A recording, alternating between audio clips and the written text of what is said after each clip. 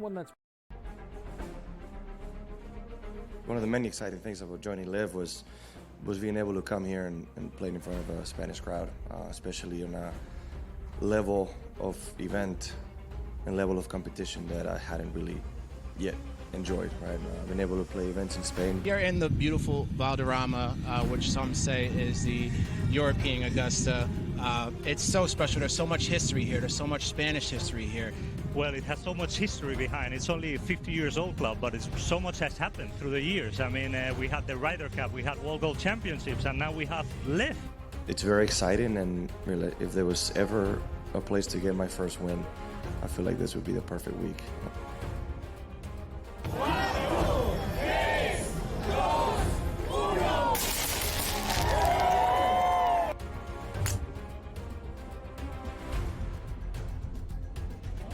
feel like when there's this wind at this golf course is so difficult that it's equally stressful no matter when or where you're playing it. But it was fun. It's always fun to be back home and be with the home crowd. It's always a joy to have this many people supporting me all day. It's so much fun.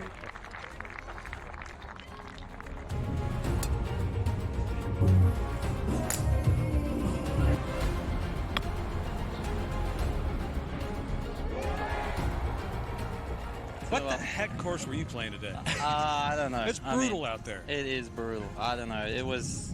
I just made everything I looked at, Jerry. You have those days. I suppose this is one of those days for me, so I relished it. I really enjoyed it. Every time I stood over a putt, just felt like I could make it, and you don't get days like that too often, or certainly I don't. So I relished in it, and I managed to hit a lot of good shots as well. So it was a special day.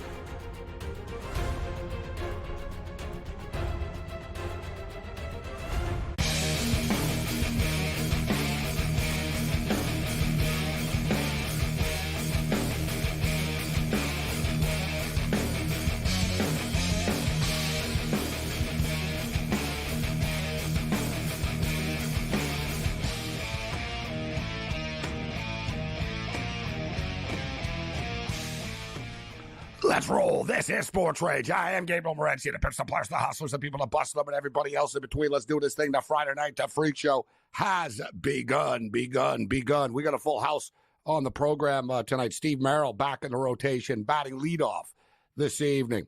The Raging Redhead Cam Stewart steps up and in.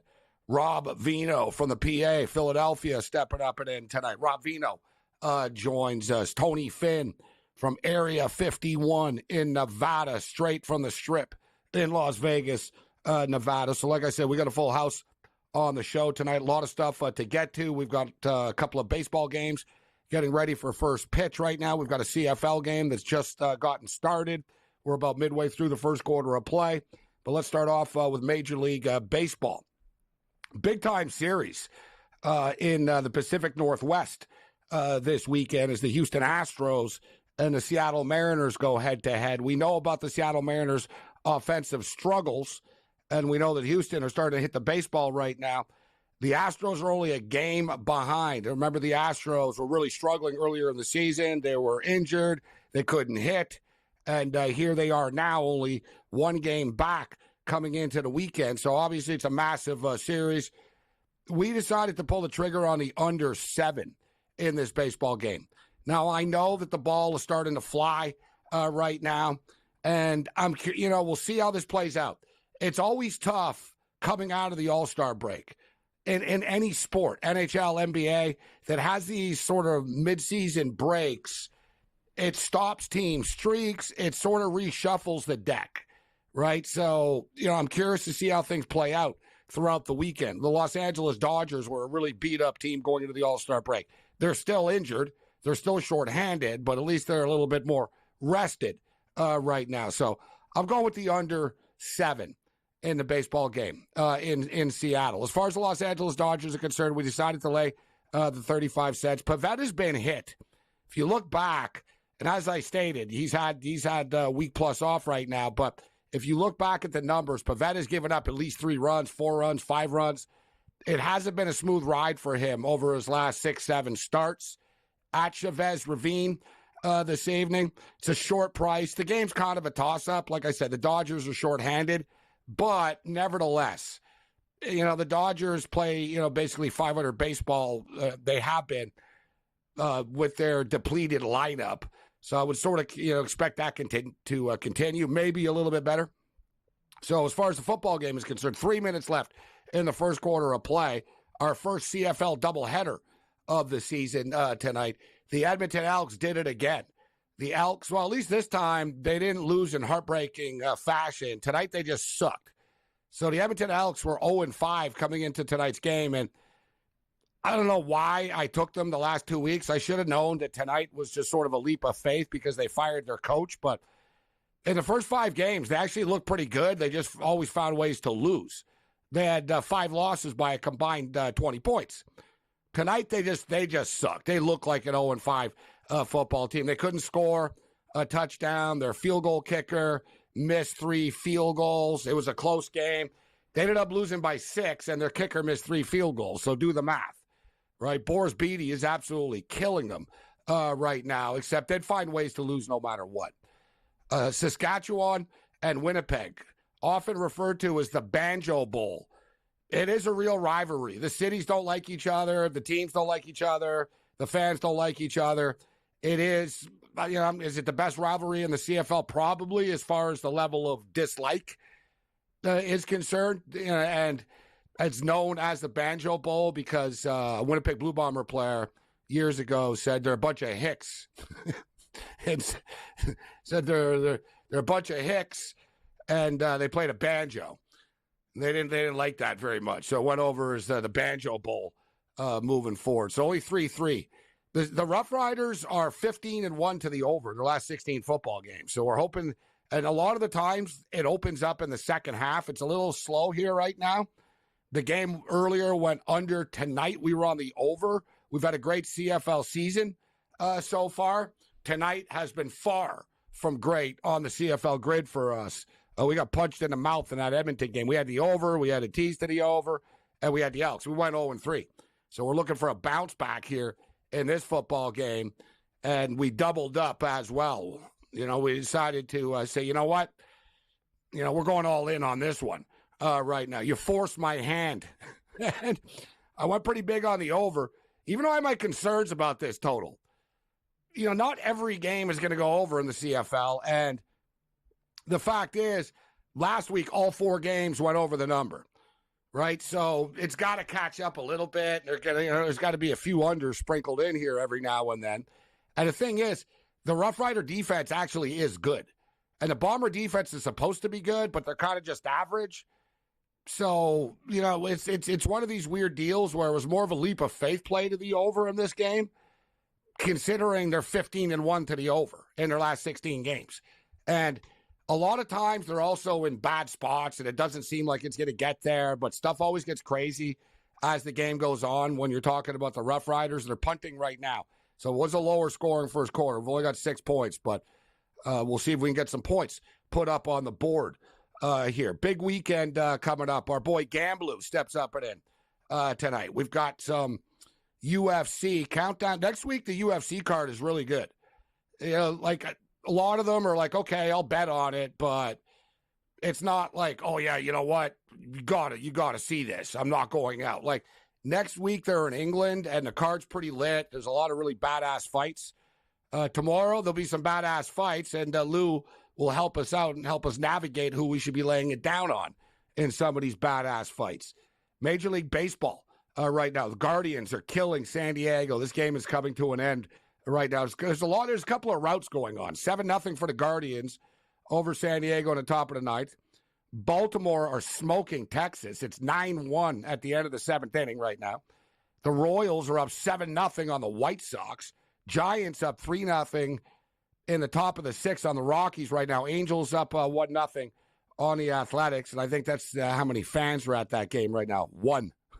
1-0 in a game. 1 fan at the game. And as we stated, the Red Sox and Dodgers are coming up.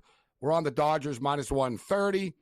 And we took the under 7 in the Mariners and Astros. I'm seeing a 7.5 right now in the in-game number. It hasn't started, but at minus 130. Kind of like that better, to be honest. I'd rather get the extra half run and not have to worry about the push than lay minus 110 for the 7.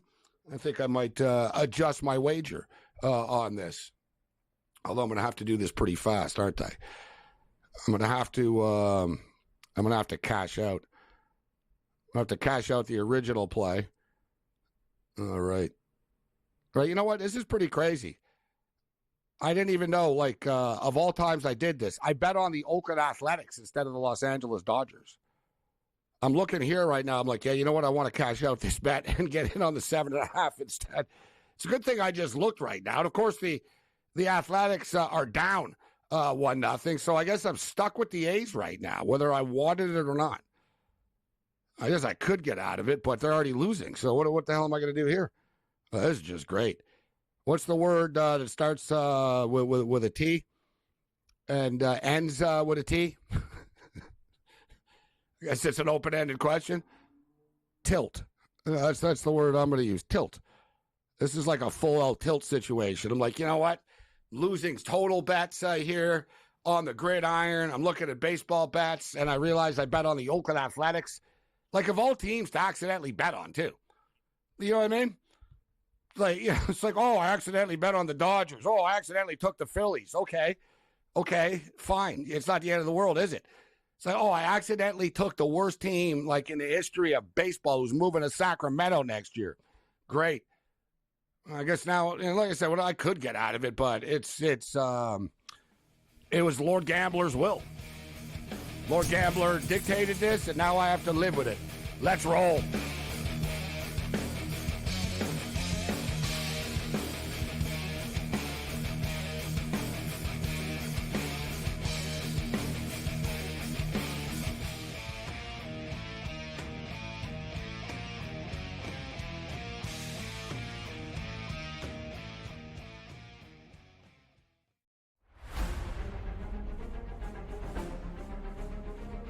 One of the many exciting things about joining Live was being able to come here and play in front of a Spanish crowd, especially on a level of event and level of competition that I hadn't really yet enjoyed, right? I've been able to play events in Spain. Here in the beautiful Valderrama, which some say is the European Augusta, it's so special. There's so much history here. There's so much Spanish history here. Well, it has so much history behind. It's only a 50 years old club, but it's so much has happened through the years. I mean, we had the Ryder Cup, we had World Gold Championships, and now we have Live. I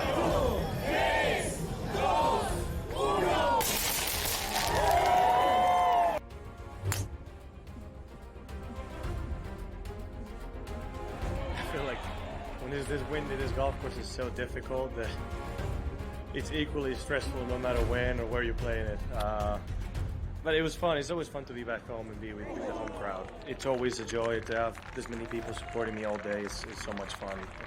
OMG, what did we just witness? Our first ever double playoff in Live Golf history. I am so pumped up right now. So much happened on the last 5 minutes. I mean, it looked like it was going to the crushers and Anibal winning, and all of a sudden then Abraham holding a chip, David Puig birdie 8, then that little putt from Anibal on the last. I mean, it was great watching.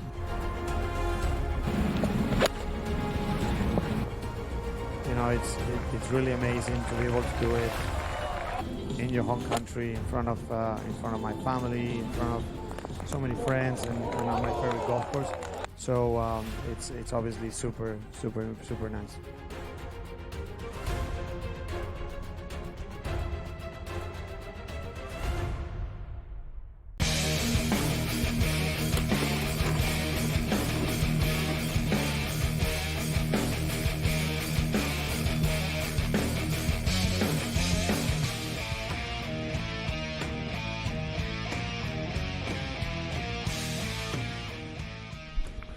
Let's roll. The Friday Night Freak Show has begun, and we've got some CFL football going on, some NBA Summer League basketball, Major League Baseball action tonight, following a day in which last night there wasn't a whole hell of a lot going on besides the NBA Summer League.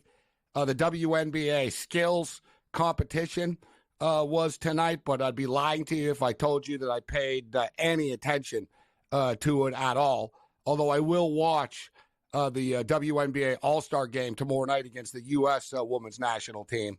And there's a lot of debate, actually, out there. I've heard some people Some people believe that the WNBA All-Stars will beat the Olympic team, and others think it's a great bet that the Olympic team is going to smoke the WNBA players. Normally, it would just sort of have like an exhibition. You know, it's an exhibition game before the Olympic team. It's a little bit different. There's a lot of hostility and bad blood between everybody in women's basketball. And they didn't want Caitlin Clark on the team. Like, point blank. Like, we know that Caitlin Clark should be on the U.S. Olympic team, and you could argue that Angel Reese should be on the U.S. Olympic team as well. Get him experience for 2028. They are like minus 48 favorites in every game as well. So it's not a concern. Well, we can't afford to have rookies on the team. They're going to win the tournament regardless, but they don't like her. They don't like the attention that she gets, and they knew that if Caitlin Clark was on the team, that it would be all about her all the time.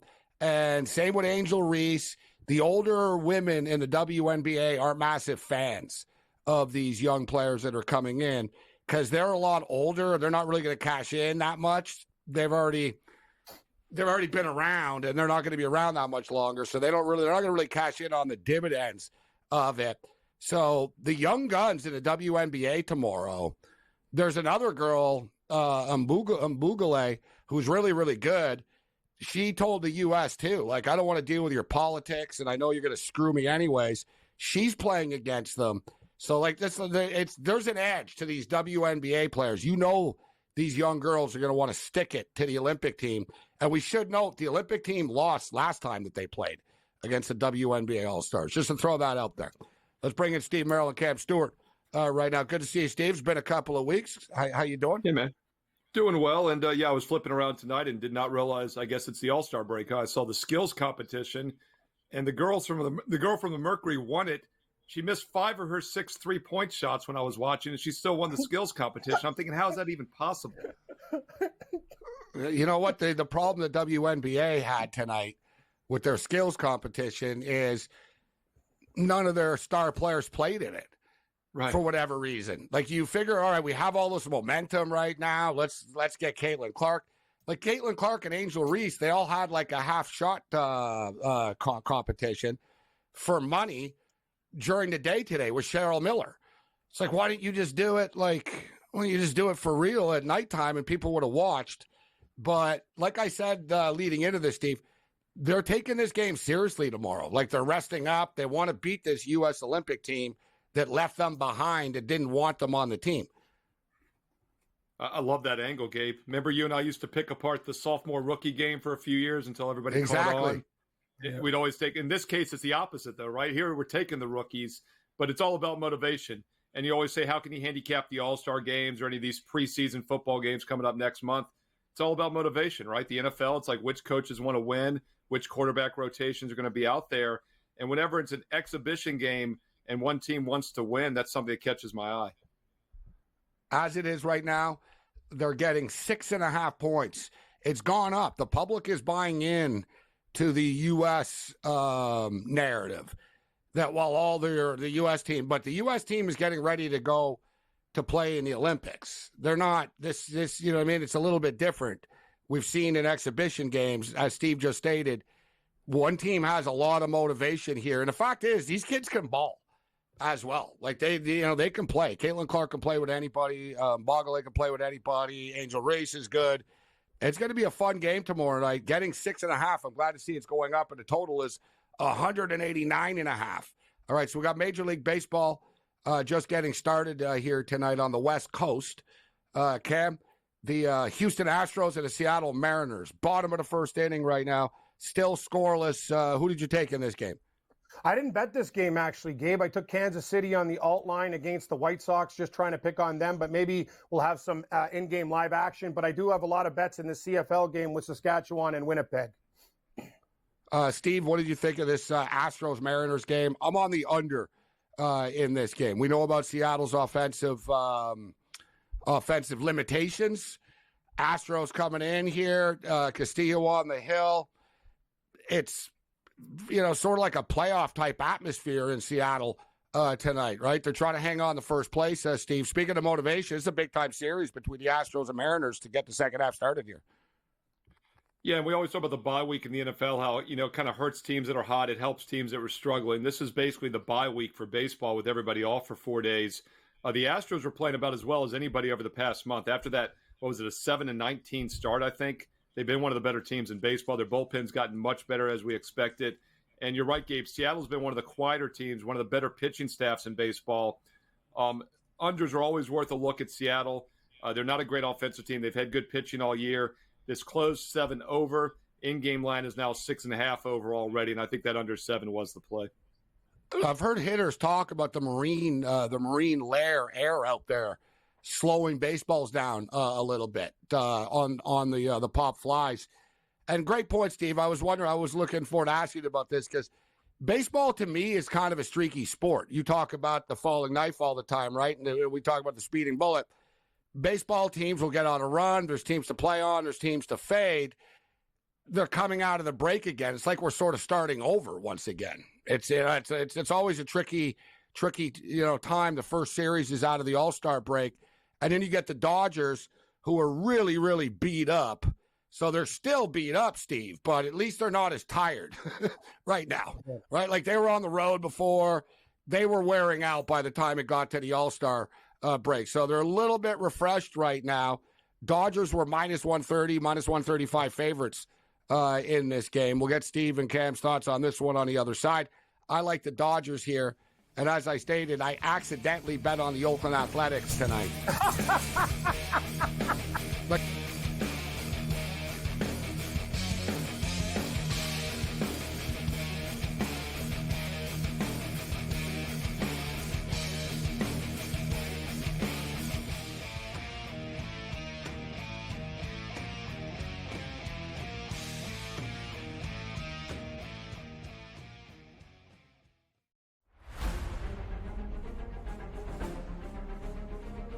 one of the many exciting things about joining Live was being able to come here and play in front of a Spanish crowd, especially on a level of event and level of competition that I hadn't really yet enjoyed, right? I've been able to play events in Spain. Here in the beautiful Valderrama, which some say is the European Augusta, it's so special. There's so much history here. There's so much Spanish history here.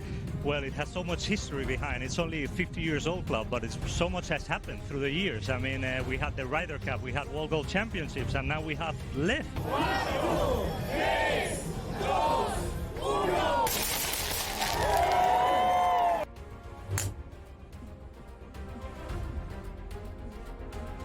I feel like when there's this wind in this golf course is so difficult that it's equally stressful no matter when or where you're playing it. But it was fun. It's always fun to be back home and be with the home crowd. It's always a joy to have this many people supporting me all day. It's so much fun. OMG, what did we just witness? Our first ever double playoff in Live Golf history. I am so pumped up right now. So much happened on the last 5 minutes. I mean, it looked like it was going to the crushers and Anibal winning, and all of a sudden then Abraham holding a chip, David Puig birdie 8, then that little putt from Anibal on the last. I mean, it was great watching.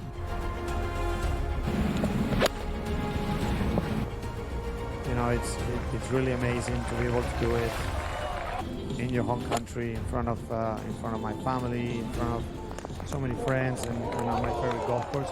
So it's obviously super nice.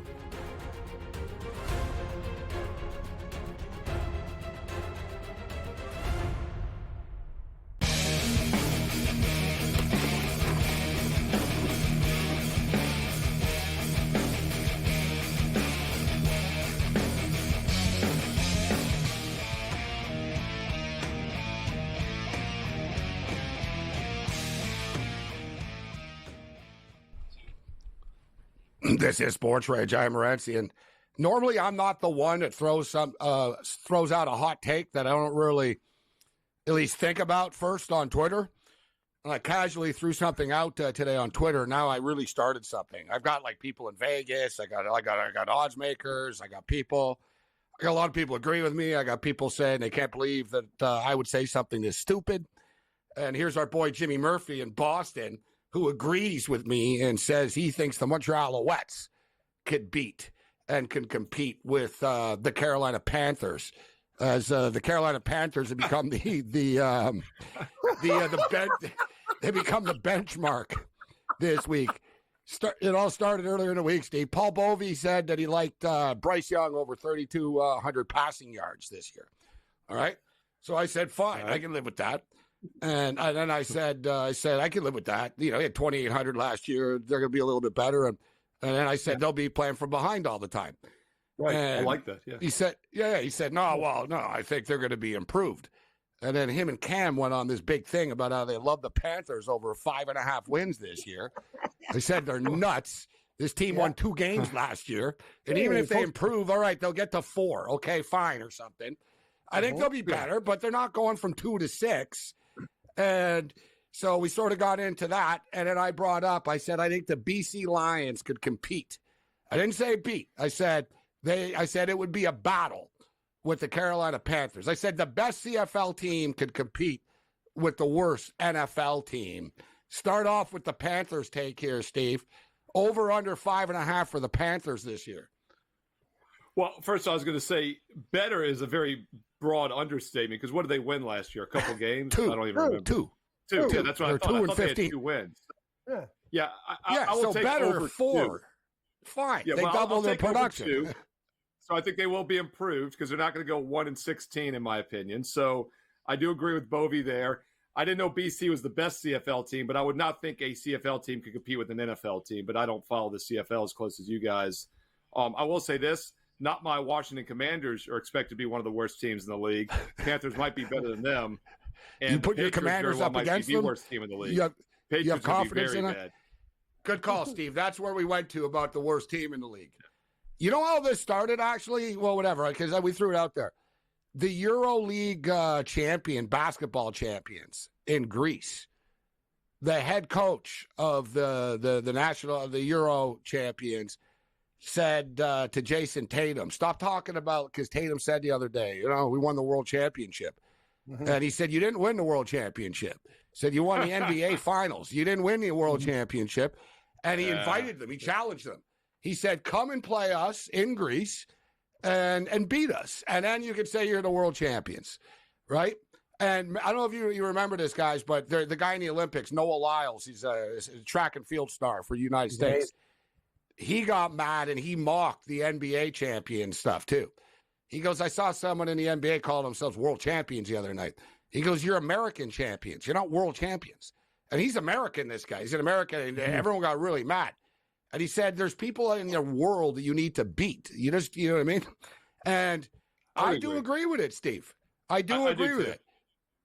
But they'd be a 20-point favorite, so it's all forgotten. I don't know about that. Not in Greece, they wouldn't. Not in Greece, they wouldn't. They wouldn't be 20. That's exactly right. But apples to apples on a neutral court without all the travel and all that stuff, they are a much better team. In fact, guys, this goes to the bigger picture there with the Olympics. You're right. Cam, I've always thought the NBA champs would be a better fit for the Olympic team than to take a mismatch of all these players, personally. Like the Celtics themselves, I think, would do better in the Olympics with the team chemistry, and everything else. So that's another way to look at this. It's not a crazy argument. Yeah, but they're all different nationalities. Yeah, that's but my point is, though, that you put together that all-star team, there's not enough basketball for all those guys. Yeah. You know what I mean? I know. And that's I don't dispute it. Teams. I don't dispute it. Like the Super Bowl champ is better than the Grey Cup champ. The NBA final is better, but at the same point in time, it's like Champions League soccer. They actually at least will do it.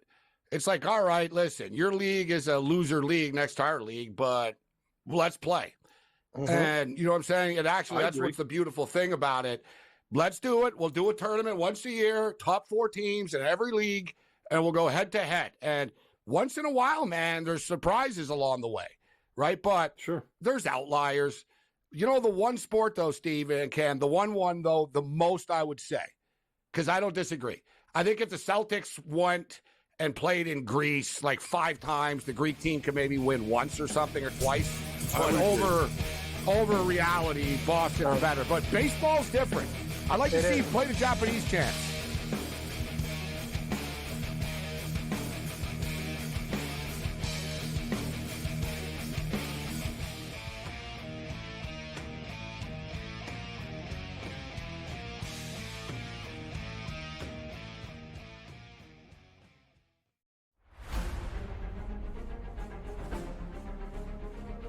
one of the many exciting things about joining Live was being able to come here and play in front of a Spanish crowd, especially on a level of event and level of competition that I hadn't really yet enjoyed, right? I've been able to play events in Spain. You're in the beautiful Valderrama, which some say is the European Augusta.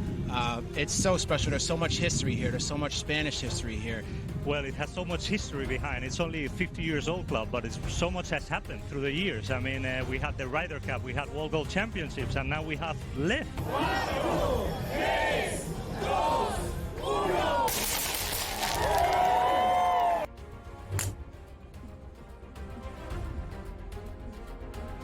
I feel like when there's this wind, this golf course is so difficult that it's equally stressful no matter when or where you're playing it. But it was fun. It's always fun to be back home and be with the home crowd. It's always a joy to have this many people supporting me all day. It's so much fun. OMG, what did we just witness? Our first ever double playoff in Live Golf history. I am so pumped up right now. So much happened on the last 5 minutes. I mean, it looked like it was going to the crushers and Anibal winning, and all of a sudden then Abraham holding a chip, David Puig birdie, then that little putt from Anibal on the last. I mean, it was great watching.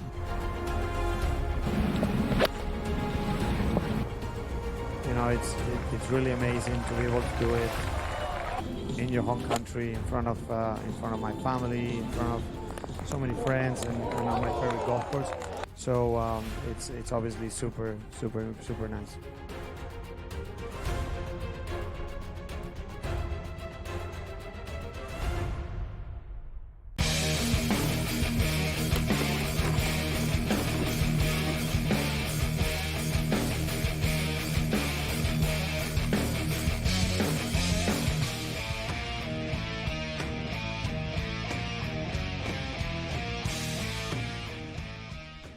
This is Sports Rage. I am Morency.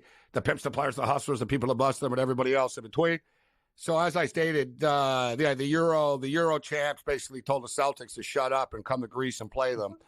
And then I tweeted out, I've talked about it a lot. I spoke with Mike Dick about it.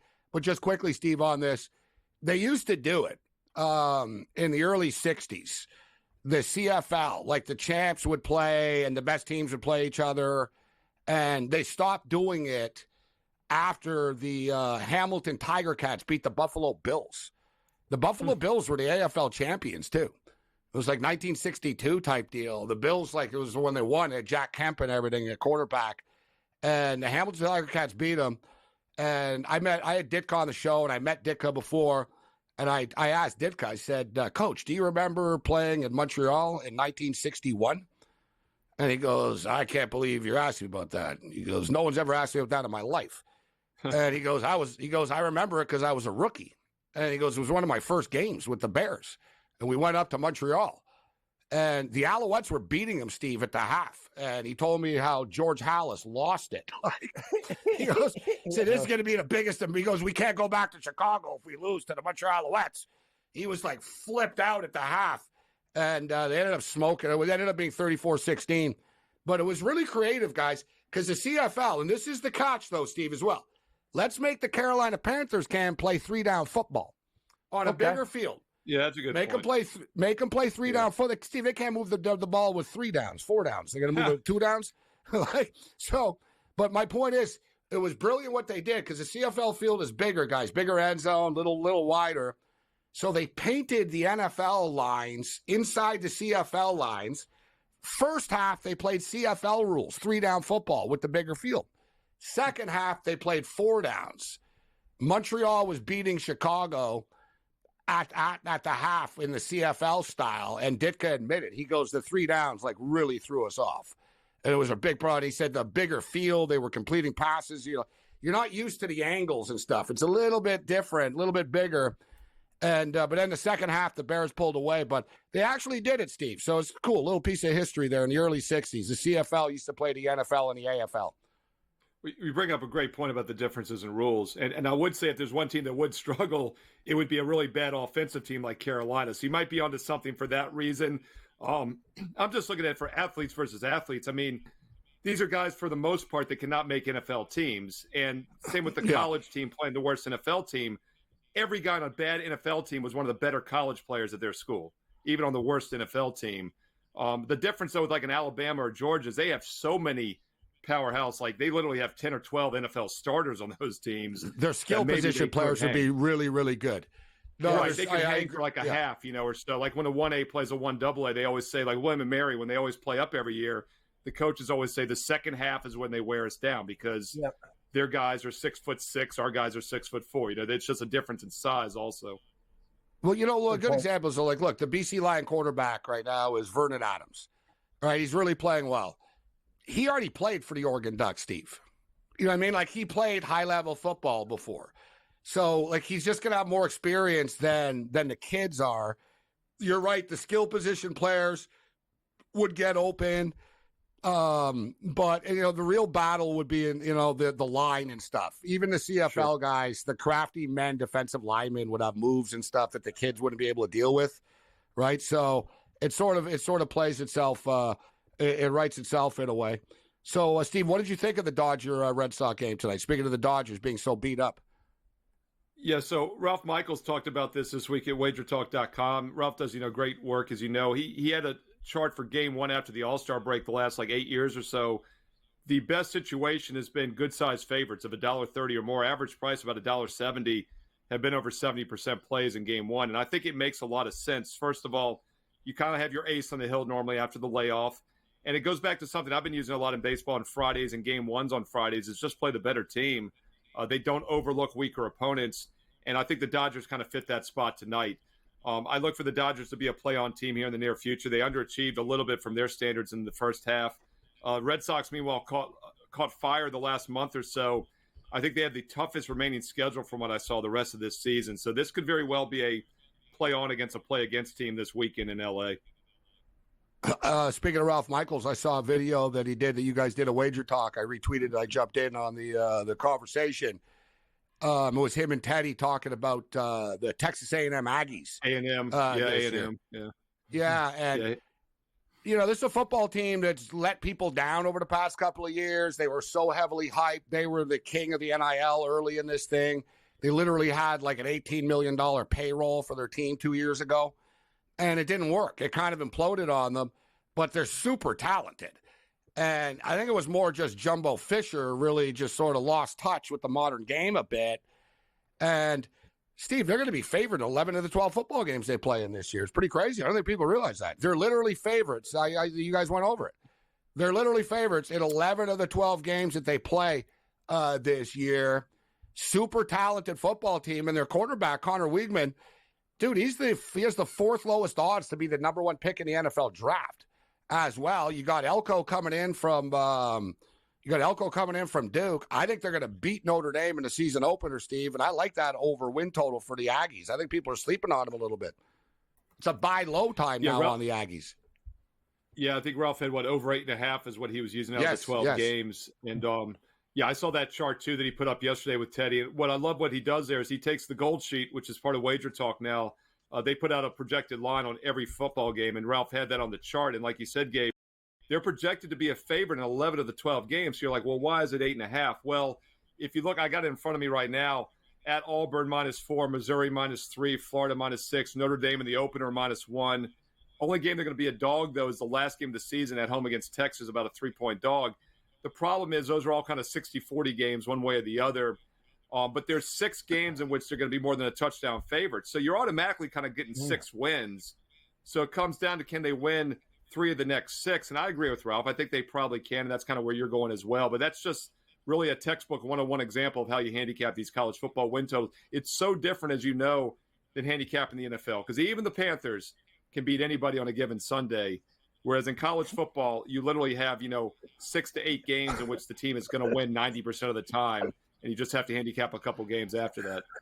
Honest to God. Okay, maybe the Panthers go like 10-7 or something, and we all got to sit here and eat our words, bro. Radio station and sending them the broadcasts over the last 2 nights. This is ridiculous. Can't we pick I'm wearing on the Carolina blue as yeah, we're damn right you are, I'm Steve. fine. I love Carolina I look blue. like a Panther. You look great. You do. I love your Carolina blue. I might be the new head coach. I haven't checked my email today. I don't know. It's like a Carolina Panther roast the last 2 nights. Where's Bovey when I need him? Holy Jesus. No, we could pick on the Patriots instead, because I do think the Patriots could be the worst team in the NFL. They have a harder schedule than the Panthers. The Panthers have a hard schedule too, but they all have hard. Whatever. Everyone has a hard schedule pretty much in the NFL. Well, that's my point, Gabe. It's like, and we don't know, right? Because like half the teams that make the playoffs don't make it the next year, so we don't even know what's a hard schedule yet. No. Like the Texans turned out to be good last year, right? Nobody saw that coming. It's just, you never know. It is a weaker division. There's a lot of question marks with the Saints, Steve. Allen's one of the worst coaches in the league. Atlanta's a very hyped up team. Good offense, still holds with defense. And Carolina lost a lot of games by 3 points and a touchdown or less. Just saying, I'm not sure they're going to win 6 games. I know me and Bovey were putting our money where our mouth is, but I just think that division's for the taking. Like, it's not like there's a lot of holes with a lot of teams. That's all. New England's I my agree with you.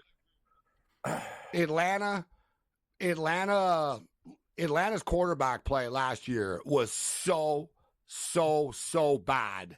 It was. They're really going to be a much better team this year. Like they have a ton of talent. They will be a better football team this year. Tampa are consistent. Tampa are going to win 9 games, whatever. They're just going to plug along and do their thing. The Saints could have problems. But back to Carolina, they're not going over 5.5. But I think that New England could be the worst team. Yes, I agree. They're the worst. Thanks, Steve. Later, Steve.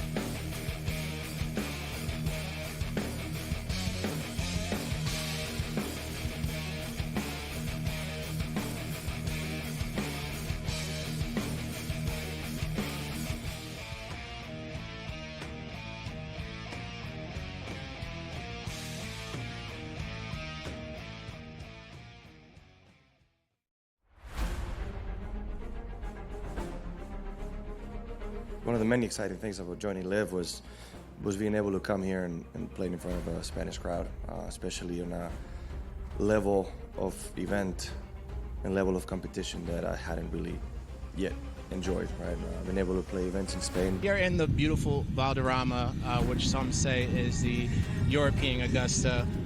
It's so special. There's so much history here. There's so much Spanish history here. Well, it has so much history behind. It's only a 50-year-old club, but so much has happened through the years. I mean, we had the Ryder Cup, we had World Gold Championships, and now we have Live. 4, 3, 2, 1.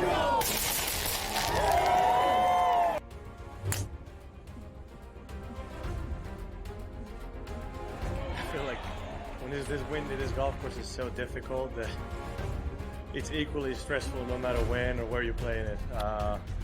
But it was fun. It's always fun to be back home and be with the home crowd. It's always a joy to have this many people supporting me all day. It's so much fun. OMG, what did we just witness? Our first ever double playoff in Live Golf history. I am so pumped up right now. So much happened on the last 5 minutes. I mean, it looked like it was going to the crushers and Anibal winning, and all of a sudden then Abraham holding a chip, David Puig birdie eight, then that little putt from Anibal on the last. I mean, it was great watching.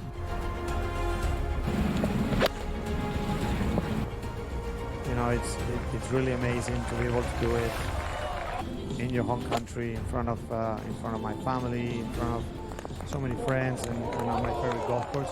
So it's obviously super nice.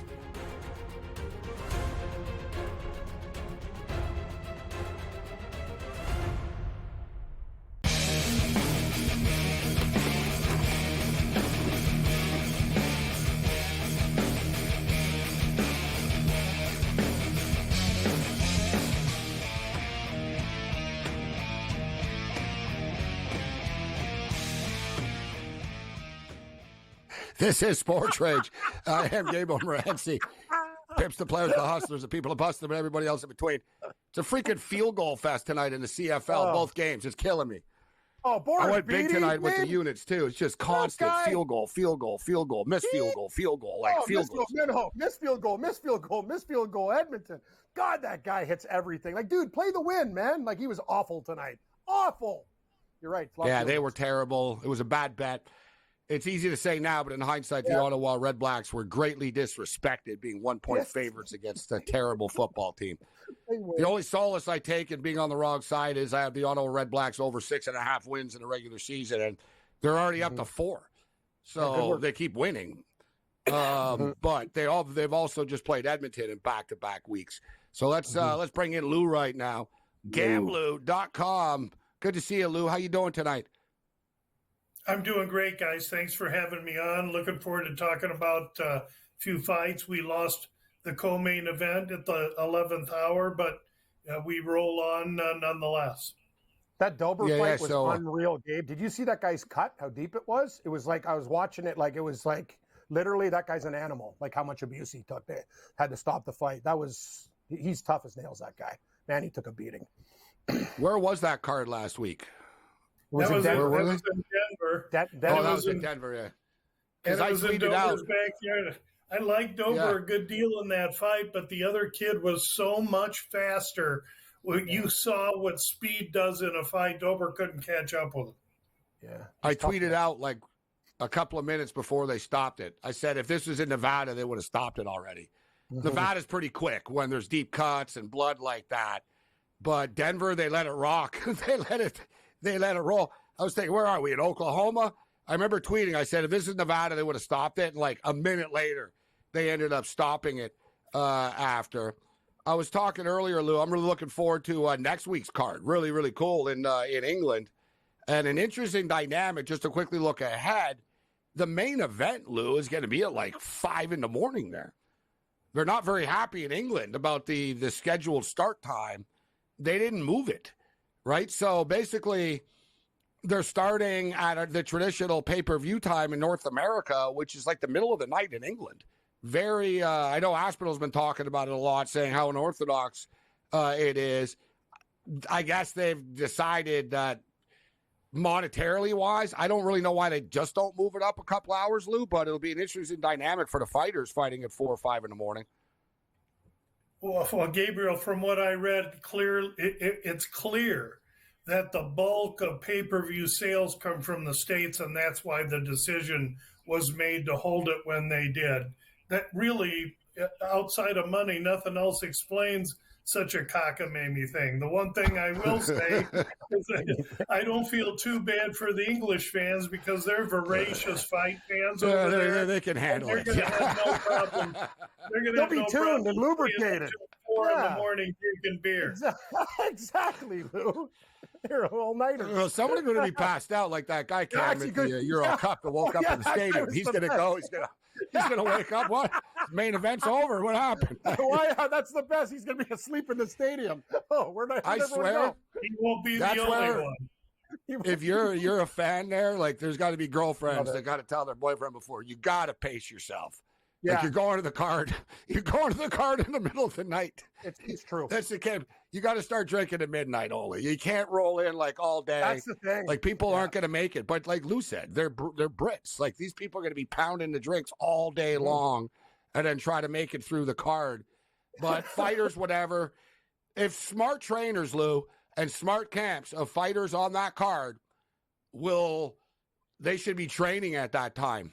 You know what I'm saying? Oh, yeah, they already are. Exactly. Like, all right, Tom, our peak time is at 5 in the morning, bro. Yeah. Now, this is when we are a peak sparring camp. So we're like biorhythm, bro. You got to set the time zone properly, you know? Yep. That's exactly what they're doing. And they're doing it now because it's next week, and they've the smart fighters and the main card fighters have been there a week now. All right, so we'll get back. We'll get back to the MMA, but we've been talking NFL win totals, futures, college football win totals. The Carolina Panthers been a hot topic of conversation on the show. There's odds for who's going to be the worst team in the NFL this year. Plus 400, the Panthers. Plus 400, the Patriots. Panthers won 2 football games last year. Their win total was 5.5. We've been discussing their win total and who the worst team is going to be. In your opinion, Lou, who do you think the worst team in the NFL will be this year? Well, I'm still doing my NFL research, so I want to qualify that. But I would ask, as far as the worst teams, what's the Saints?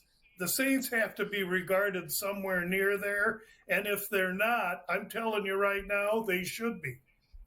Love it, Lou. The Saints, yeah, the Saints are in the, let's see, they're in the, let me get the exact number. They should be in like the 10-1. Here we go. Worst regular season record. Here are the odds. Panthers plus 400, Patriots plus 400, Cardinals 10-1, Broncos 10-1, Giants 10-1, Commanders 10-1. Dude, the Saints are 18-1. Wow. That's insanity. That is. The Arizona Cardinals are better than the New Orleans Saints. Yes, they are. Let's just call that for what it is. Like, the Cardinals aren't going to be anywhere near the worst team in the NFL. They play in a tough division, but dude, the Giants suck. Yes. The Broncos are going to be bad, bro. The Broncos might only win like 4 or 5 games this year. I don't know if they'll be the worst team, but the Saints at 18-1, guys, I don't think that's an awful bet at plus 1,800.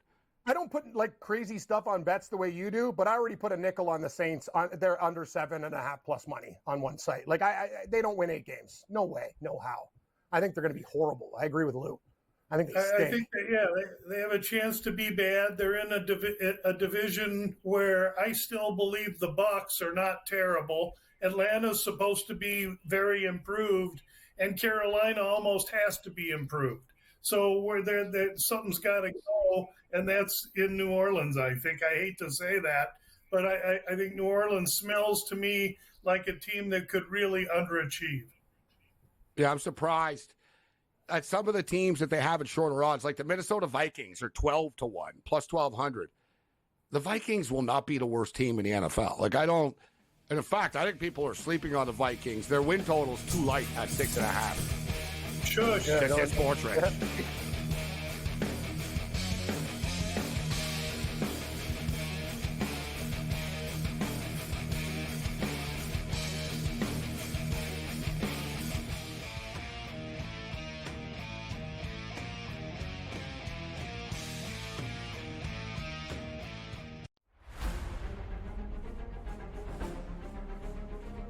One of the many exciting things about joining Live was being able to come here and play in front of a Spanish crowd, especially on a level of event and level of competition that I hadn't really yet enjoyed, right? I've been able to play events in Spain. Here in the beautiful Valderrama, which some say is the European Augusta.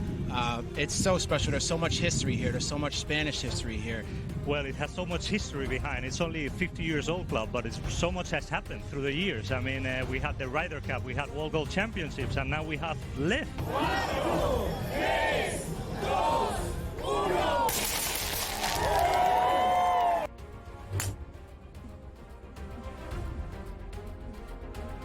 I feel like when there's this wind in this golf course is so difficult that it's equally stressful no matter when or where you're playing it. But it was fun. It's always fun to be back home and be with the home crowd. It's always a joy to have this many people supporting me all day. It's so much fun. OMG, what did we just witness? Our first ever double playoff in Live Golf history. I am so pumped up right now. So much happened on the last 5 minutes. I mean, it looked like it was going to the crushers and anybody winning, and all of a sudden then Abraham holding a chip, David Puig birdie 8, then that little putt from Anivan on the last. I mean, it was great watching.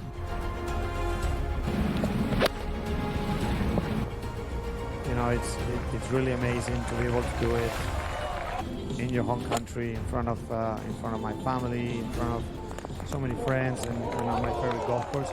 So it's obviously super nice.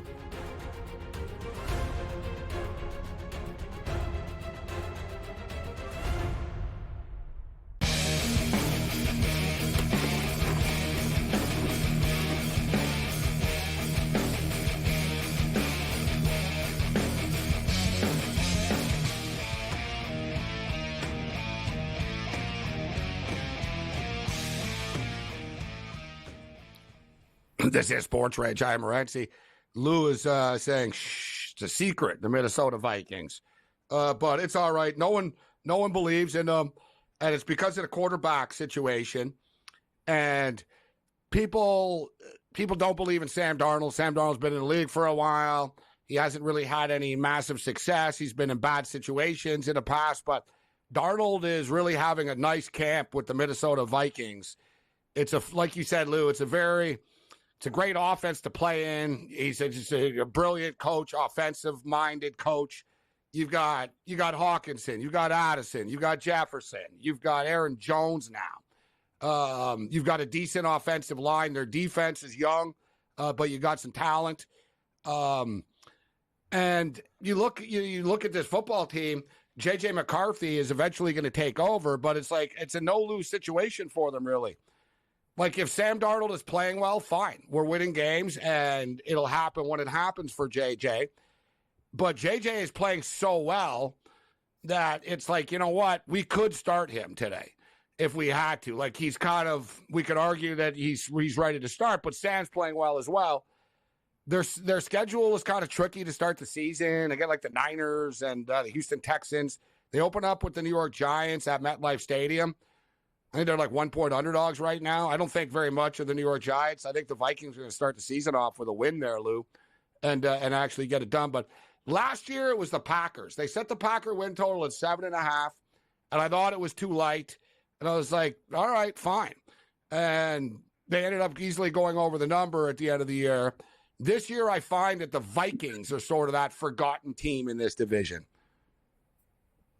I tend to agree with that. I think for a lot of reasons, namely quarterback, people may be overlooking them. I see the Bears getting a lot of shine. I don't buy it. I think there's going to be pressure on Detroit. And so I think Minnesota is right where they want to be, where no one's looking at them or regarding them. I think they're regarding themselves well, and that's all they need to start the season is inner belief. You're in Arizona, Lou, and I know you're still doing your NFL research, but what's your feel? What's the local talk about the Arizona Cardinals this year? Optimism? What are people expecting from this football team locally? Yeah, that's a great question. I can give you my little take, and that is there's cautious optimism, and I think it really revolves around, and the fans here are as bright as anywhere. It revolves around how the quarterback is going to take this team and lead them. Now, I believe we have a much more mature quarterback than we've had in past years, even though it's the same guy. And so for that, in that respect, I think his injury, keeping him away from playing last year, maybe gave him a different perspective. But I think the Cardinals go as Murray goes, and I hope that the young man, I've been accused of not liking him, and that's not the case. I just don't like immature kids that don't know how to lead teams, and that's what he was until the middle of last year when he came back. And then I saw a little bit of a different personality. So we'll see what happens. The coach is a defensive-minded coach. They brought in a few defensive players in the offseason. I want to like them, and I want them to do well, but I'm a little bit skeptical. They're in a tough division. Yeah, one thing with Kyler Murray, everything always came so easy for him in his life athletically. Right? Drafted top 10 by the Oakland Athletics, star in high school, star in college. And let's just be real. He was kind of babied along the way and always just treated with kid gloves. So he got to the NFL, and you saw he had never dealt with failure before, and he didn't handle it well. He used to stand on the sidelines and pout. He wouldn't talk to anybody, or he'd go sit the bench, and he wouldn't be even looking at a tablet or anything. He'd just sort of be pouting. And people around him said, man, this guy's kind of changed a little bit since, he got to the NFL and he got all this money. And like you said, Lou, I think he was humbled through the experience. I think the coaches have sort of gotten through to him. There's requisites about they're spot testing him on the playbook now and stuff. Mm-hmm. They basically told me, we're going to ask you questions out of the blue. What are you going to do on this play? What's this play mean? Because that was one of his deals. There was times he'd get in the huddle and Lyman would have to tell him what the play was. He would say 12 bootleg, 12, 68, and the lineman would be, all right, it's jet sweep, Kyler. This is what it actually means. He wasn't prepared.